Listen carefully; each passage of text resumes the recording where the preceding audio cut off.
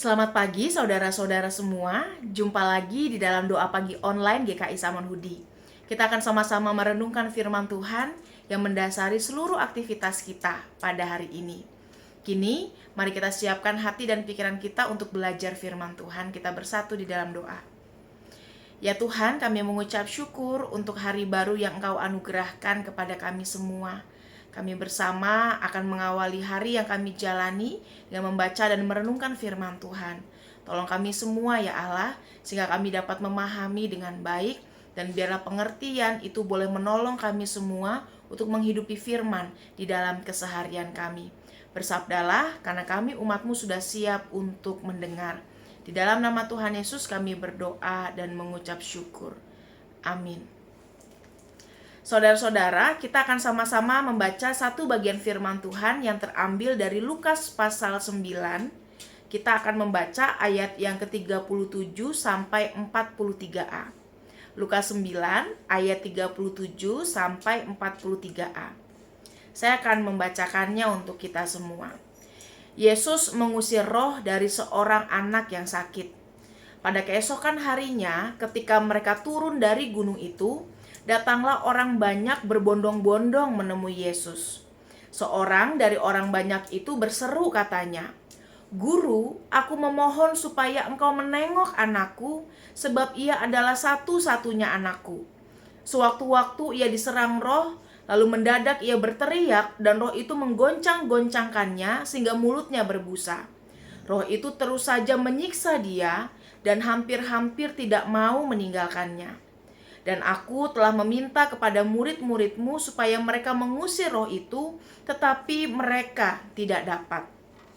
Maka kata Yesus, "Hai kamu angkatan yang tidak percaya dan yang sesat, berapa lama lagi aku harus tinggal di antara kamu dan sabar terhadap kamu? Bawa anakmu itu kemari." Dan ketika anak itu mendekati Yesus, setan itu membantingkannya ke tanah dan menggoncang-goncangnya. Tetapi Yesus menegur roh jahat itu dengan keras dan menyembuhkan anak itu, lalu mengembalikannya kepada ayahnya. Maka takjublah semua orang itu karena kebesaran Allah.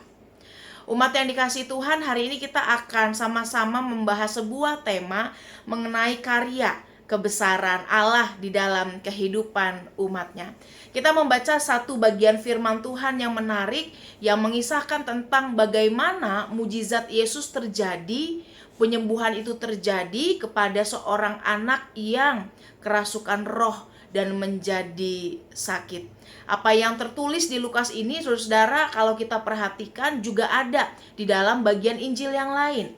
Ada dalam Matius dan juga Markus. Tetapi apa yang tertulis di Lukas ini seperti versi pendek dari bagian Injil yang lain. Karena kalau di bagian Injil yang lain, saudara, itu lebih panjang.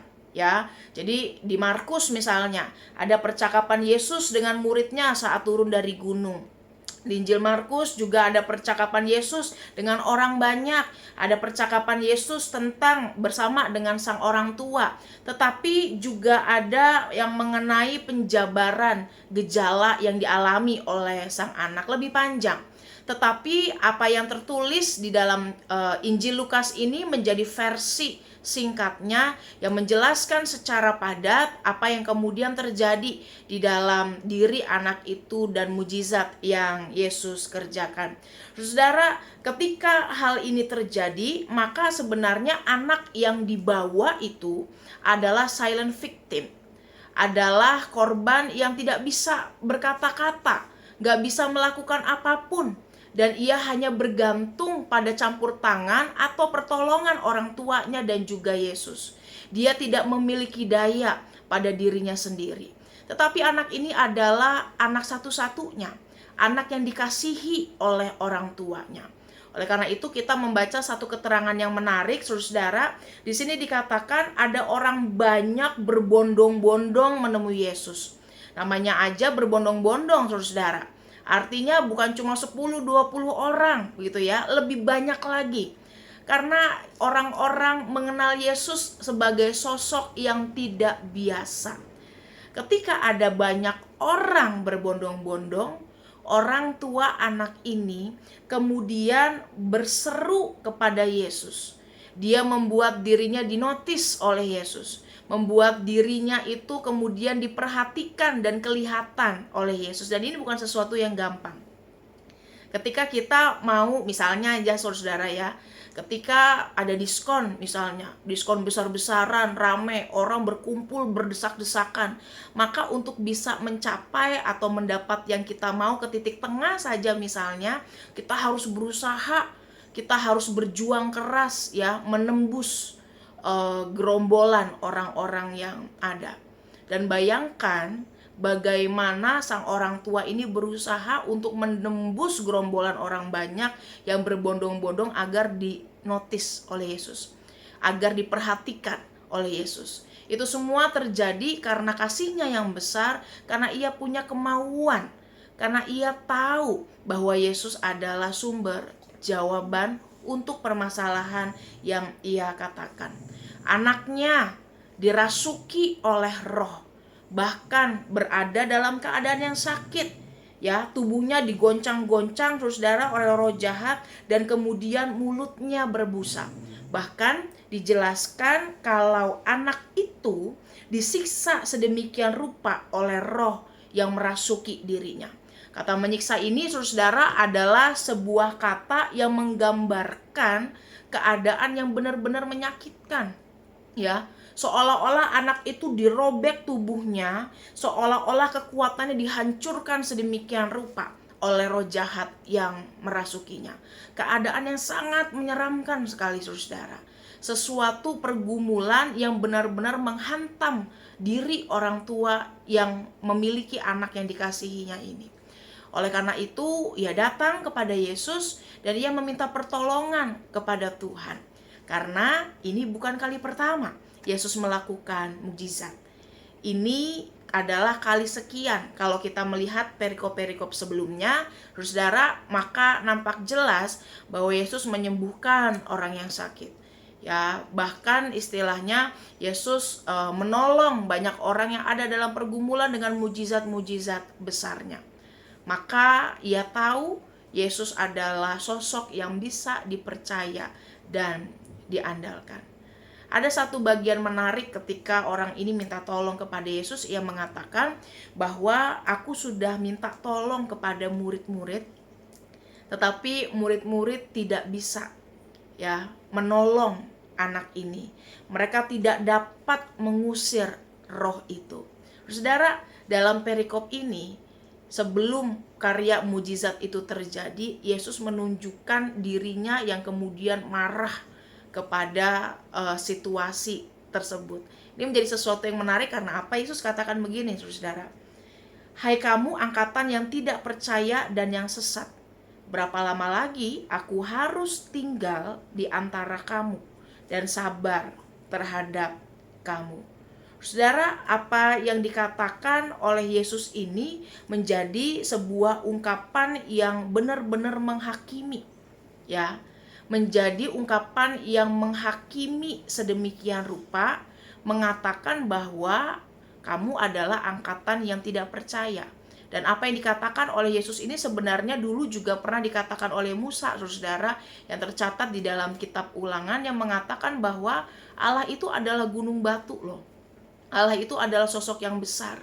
Tetapi mengapa engkau dengan kebebalanmu, dengan kejahatanmu membalas Allah dengan melakukan apa yang tidak berkenan kepada Allah? Mengapa engkau menjadi angkatan yang sedemikian? Kira-kira seperti itu yang Musa pernah katakan di dalam kitab Ulangan, saudara. Dan ini senada dengan yang Yesus sampaikan. Sebenarnya kepada siapakah ini Yesus tujukan? Apakah kepada para murid atau jangan-jangan kepada yang lain? Karena kalau dikatakan saudara murid-murid gak becus, sebenarnya pada perikop sebelumnya, pada pasal 9 misalnya, ketika Yesus mengutus ke-12 murid, mereka bisa kok pergi mengelilingi banyak desa, saudara, di pasal 9 ayat yang ke-6, kemudian memberitakan Injil dan menyembuhkan orang sakit di berbagai tempat, mereka bisa. Tapi mengapa Yesus mengatakan mereka sebagai angkatan yang tidak percaya, yang without trust in God, yang gak menaruh percaya kepada Tuhan, yang tidak setia, yang faithless, bahkan gak punya iman kepada Tuhan. Mengapa Yesus mengatakan itu? Ketika orang tua ini mengadukan, murid-murid gak bisa mengerjakannya. Saudara, sebenarnya apa yang menjadi kemarahan Yesus ini bukan hanya ditujukan untuk para murid, tetapi lebih jauh kepada orang banyak yang mendengar hal itu. Dan kita tahu ya, berbondong-bondong orang banyak artinya kisah ini menjadi kejadian ini menjadi kisah yang disaksikan oleh orang banyak. Dan Yesus berbicara seolah-olah ngomelin para murid. Sebenarnya Yesus menunjukkan perkataannya tidak hanya untuk para murid tetapi juga orang banyak yang ada di situ. Apalagi ia dengan jelas menyebutkan angkatan yang tidak percaya, angkatan yang jahat, angkatan yang bebal dan seterusnya, untuk menegur mereka karena Yesus ingin memberitahu mereka tentang apa yang akan mereka lakukan kelak kepada diri Yesus. Bahkan dengan apakah akan kuumpamakan angkatan ini, ya? Mau disamakan dengan apa sih angkatan ini? Itu seperti yang disampaikan di dalam Injil Yohanes, Saudara. Ketika Yesus menyampaikan ini mau disamakan dengan angkatan yang seperti apa sih? Seperti anak-anak yang di pasar, kan begitu ya. Bahwa ketika orang bersuka cita, dia gak bersuka cita, ya. Pokoknya kalau ngelakuin ini salah, ngelakuin itu salah, hikmat tidak ada padamu, yang membuat kamu tidak percaya pemberitaan yang asalnya dari Tuhan. Jadi Yesus mau mengatakan kepada orang banyak lewat menegur para murid bahwa angkatan ini, orang-orang Israel ini adalah orang-orang yang sulit percaya, padahal buktinya udah ada di depan mata. Padahal nubuatannya ada. Yang dinantikan adalah sosok yang ada di depan mereka. Yesus mau mengatakan itu lewat teguran yang ia sampaikan kepada orang banyak, tentang bagaimana pada akhirnya bangsa ini akan menjadi bangsa yang dalam tanda kutip tetap bebal, tetap gak percaya pada Tuhan, padahal Tuhan sudah mengerjakan dan menunjukkan banyak hal. Mujizat Yesus lakukan untuk menyatakan kepada umat, memperkenalkan diri kepada umat sebagai Allah, sebagai juru selamat, bukan sebagai orang biasa. Bahwa di dalam diri Yesus ia membawa misi. Dan di saat yang bersamaan, perkataan ini juga menegur para murid. Karena apa? Para murid tidak benar-benar memahami. Mereka melihat peristiwa transfigurasi Yesus pada perikop sebelumnya, melihat siapa itu Yesus, tetapi pemahaman mereka tidak sampai pada pengenalan akan Tuhan. Orang banyak melihat mujizat-mujizat Yesus, tetapi itu tidak sampai pada pengenalan yang lebih dalam akan Tuhan. Itu nggak sampai menjadi dasar yang mendorong mereka untuk melakukan perbuatan iman. Tetapi apapun yang menjadi respons mereka, yang menarik yang Yesus lakukan adalah, ini angkatan yang nggak percaya, tapi Yesus mau menunjukkan bahwa Yesus tetap berkarya di tengah umat. Yesus menyembuhkan anak itu, Yesus mengusir roh jahat itu, sehingga membuat banyak orang menjadi takjub. Saudara-saudara, hari ini kita belajar apa? Hari ini kita belajar dan melihat bahwa karya kebesaran Allah nyata di dalam kehidupan umatnya. Lewat pembacaan firman, kita mengetahui bahwa kebesaran Allah itu nampak dalam berbagai cara, dalam mujizat-mujizat yang besar di tengah kehidupan umat.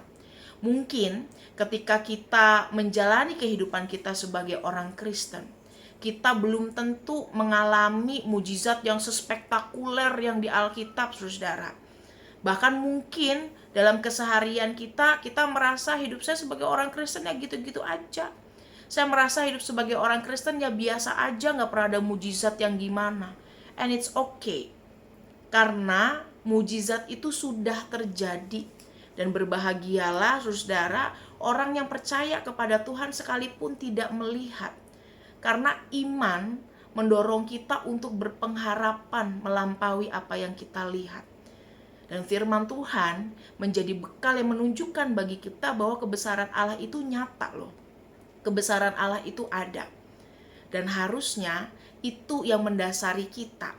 Ketika kita belajar, ketika kita mendengar melihat atau bahkan merasakan sendiri kebesaran Allah dalam cara-cara yang mungkin gak spektakuler, mungkin nampak sederhana, tetapi biarlah itu menjadi pendorong bagi kita untuk tidak hanya sekadar takjub, untuk tidak hanya sekadar wow, tapi itu boleh mengantar kita untuk masuk dalam pengenalan yang lebih dalam tentang Tuhan. Itu boleh masuk ke dalam diri kita, menjadi dasar yang meneguhkan kita dalam segala permasalahan kita. Ketika kita menghadapi permasalahan dan seolah rasanya gak bisa, apakah saya bisa? Apakah Tuhan akan menolong saya? Maka biarlah kisah-kisah mengenai mujizat menolong kita untuk melihat dan menyadari bahwa Yesus yang kita imani adalah Allah yang besar, adalah Allah yang sanggup melakukan segala perkara.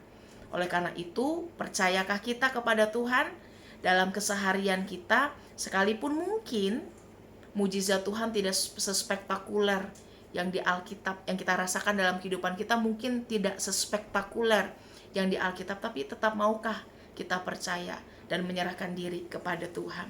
Dalam bagian Injil yang lain, ada bagian di mana orang tua ini berkata kepada Yesus, "Jika engkau dapat menyembuhkan anakku," Yesus mengatakan dengan tegas, "Jika aku dapat, aku pasti bisa." Masalahnya, kamu mau percaya atau enggak? Itu yang Yesus katakan. Itu yang Yesus tegur. Kebesaran Allah, karyanya nampak dengan jelas di dalam keseharian kita. Walaupun mungkin tidak sespektakuler di Alkitab, tetapi biarlah itu boleh menolong kita untuk meyakini bahwa Allah turut bekerja di dalam segala sesuatu dan mendatangkan kebaikan bagi kita semua. Kiranya Tuhan menolong kita untuk berproses dalam berbagai tantangan yang kita hadapi ke depan di dalam iman percaya. Mari kita sama-sama bersatu di dalam doa. Ya Tuhan, kami menyerahkan kehidupan kami ke dalam tangan-Mu. Kami yang penuh dengan keterbatasan berjuang untuk bisa menjalani dan mengerjakan panggilan kami. Oleh karena itu, mampukan kami semua untuk bisa berproses dengan baik, sehingga dalam seluruh tantangan, pergumulan, permasalahan yang kami hadapi di depan, itu semakin meneguhkan kami dalam melihat dan mengimani karya Tuhan. Kami berdoa, biarlah kesehatan dan kekuatan Tuhan karuniakan kepada kami, menopang kami untuk bisa menikmati dan menjalani hari-hari kami dengan baik. Angka COVID yang juga semakin naik, adanya berbagai varian baru yang bermunculan belakangan ini, Tuhan kiranya senantiasa tolong, sehingga setiap orang yang menghadapi setiap negara yang berjuang di dalam pandemi ini boleh ditopang untuk bisa melewati dan menjalaninya. Kami menyerahkan upaya pemerintah yang berjuang untuk mengatasi permasalahan ini. Tuhan berkati, Tuhan menolong, sehingga pemulihan boleh nyata di dalam kehidupan kami, ada bersama dengan kami di proses yang tidak mudah ini. Dan biarlah setiap orang yang juga berjuang untuk bangkit, untuk bisa bertahan, membangun kehidupannya, Tuhan berkati dan teguhkan langkah juangnya. Kami menyerahkan kehidupan kami ke dalam tangan-Mu ya Allah. Kami menyerahkan segala sesuatunya ada di dalam rancangan damai sejahtera Tuhan. Di dalam nama Tuhan Yesus kami berdoa dan mengucap syukur. Amin. Selamat pagi saudara-saudara, selamat menjalani hari. Tuhan Yesus memberkati. Bagi Bapak Ibu yang memiliki pergumulan khusus dan ingin didoakan, bisa menghubungi rekan-rekan pendeta di nomor berikut.